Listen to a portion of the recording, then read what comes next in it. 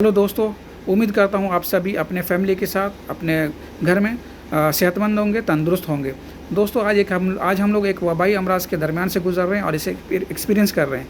ये ऐसा नहीं है कि ये पहला ही मौका है जिसमें ऐसा वबाई अमराज फैल गया हो। ज़माना कदीम से ये सिलसिला चालू है। तो हम लोग एक नज़र डाल लेते हैं 5000 साल पहले चाइना के अंदर इसी तरह से बीमारी फैला था, जिसके अंदर इतने लोगों की मौत हुई थी कि लाशों को उठाने वाला कोई नहीं था। यहाँ तक कि घर घर को जला दिया गया ताकि लाशों को डिस्पोज किया जा सके। इसी तरह 430 बिफोर क्राइस्ट में भी लीबिया, इथियोपिया और इजिप्ट के अंदर बीमारी फैला था, जिसके अंदर लाखों लोगों की जानें गई थी। 165 ईस्वी में भी यूरोप और रोम के अंदर 50 लाख लोगों की मौत हुई थी। 541 ईस्वी में 5 करोड़ लोगों की जानें गई थी। 1346 ईस्वी में ब्लैक डेथ नाम से मशहूर है, 5 करोड़ लोगों की जानें गई थी। 1545 में मैक्सिको और सेंट्रल अमेरिका में 1 करोड़ 50 लाख लोगों की जानें गई थी। 1665 में लंदन प्लेग में 1 लाख लोगों की जानें गई थी। 1770 में रशिया फ्लू के नाम से मशहूर है, 10 लाख लोगों की जानें गई थी। 1817 में कॉलेरा की वजह से 10 लाख लोगों की जानें गई थी, बल्कि इससे ज़्यादा गई थी।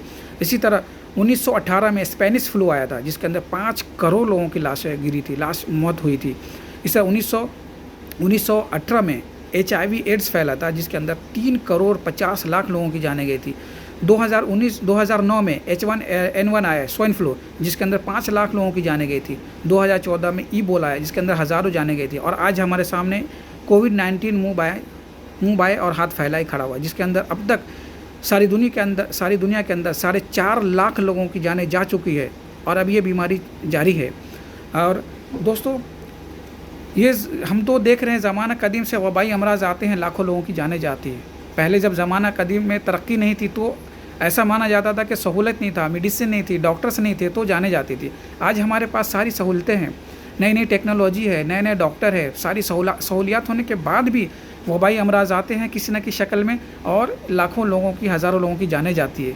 तो हम पहले ज़माने में और अब में फ़र्क ही क्या रहा? अच्छा, हेल्थ ऑर्गेनाइजेशन की कमी नहीं है, हेल्थ ऑर्गेनाइजेशन इतने हैं, भरमार है हेल्थ ऑर्गेनाइजेशन की, फिर भी ये लोग नहीं रोक पाते हैं। आपको नाम गिना देता हूँ: multilateral organisation, bilateral organisation, WHO, World Bank, UNICEF, USAID, CDCA, NGO, MSF, CARE International, PSI, ये सब हेल्थ ऑर्गेनाइजेशन के नाम हैं। ये सब मिल के भी कोई वबाई अमराज को रोक नहीं पा रहे।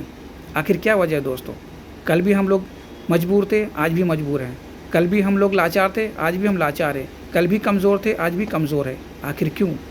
क्योंकि हम लोग इंसान हैं और इंसान ही रहेगा, कभी खुदा नहीं बनेगा। आज हम लोगों ने सोच लिया कि हम लोग सुपर पावर हैं, हमारे पास नई नई टेक्नोलॉजी है, नई नई चीज़ें हैं। लेकिन नहीं दोस्तों, इंसान रहेगा और गॉड रहता है।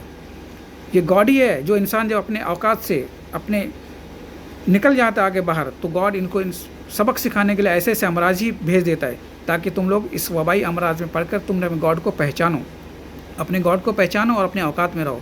हम लोग ये जान सके ये इंसान जो आज चाँद, सूरज और मरीख पे जाने की बातें करता है और जाता है, और नीचे ज़मीन पर पड़े एक गरीब इंसान को हेल्प नहीं करता है। बहुत सारी ऐसी कंट्री है जहाँ लोग गरीब भूखे मर रहे हैं, खाने को नहीं है, पहनने को नहीं है, उसकी हेल्प नहीं होती है। लेकिन आप चाँद और सूरज और आसमान पे जाने को तैयार है। किस लिए? किस काम के लिए? जहाँ इंसान दम तोड़ रहा है, जहाँ इंसानों को इंसान पूछने वाला नहीं। आप बड़े सुपर पावर इसलिए बन रहे हो कि इंसानों की जानें ले सको, इंसान की जान नहीं बचाते। तो ये बदला है गॉड की तरफ से। अगर आप नहीं समझोगे तो गॉड समझाता है, वक्तन फ़वक्तन ऐसे अमराज भेजते रहेंगे और हम लोग को सबक नहीं सीखेंगे तो हमारा ही नुकसान है दोस्तों। हम लोग आपस में इंसान में दुश्मनी कर बैठा है। आपस में हम लोगों ने गॉड को बांट रखा है। हम लोग सब जानते हैं, अच्छी तरह मालूम है कि हम लोग एक ही संतान के हैं, एक ही गॉड के बंदे हैं। हम लोग, गॉड ने हमारे लिए ऑक्सीजन ही दिया है, जिसकी ज़िंदगी ऑक्सीजन ही लेता है सब। हम लोग खाना ही खाते हैं। हम लोगों के लिए एक ही सूरज है, हम लोगों के लिए एक ही आसमान है, एक ही चाँद है, वही ज़मीन है, वही अनाज खाते हम लोग, वही ज़िंदगी है। पैदा होते हैं माँ के पेट में से और फिर हम लोग एक दिन मर जाते हैं। हम लोग अपनी औकात भूल चुके हैं दोस्तों। आज मैं डॉक्टर हूँ, मैं बता देता हूँ कि जिसकी मौत होती है, आप कितनी भी दवाएं दे दो, वो पानी जैसा ख़त्म हो जाता है। और जिसकी ज़िंदगी होती है, बड़े से बड़े मर्ज़ में एक पैरासीटामोल दे दीजिए तो उसको ऐसा लगता है कि जैसे रिकवरी हो जाती है फास्ट। ये सब गॉड की तरफ से होता है दोस्तों। आज हम लोग कोविड-19 के डर से वैक्सीन के इंतज़ार में बैठे हुए हैं कि कोई इंसान वैक्सीन बनाए, कोई कंट्री वैक्सीन बनाए तो हम लोग को आ रहा तो नहीं। जब तक गॉड नहीं चाहेगा ना तो वैक्सीन बनेगी ना तो दवा आएगी। ये सब पावर गॉड के हाथ में, और हम लोग भूल चुके हैं गॉड को।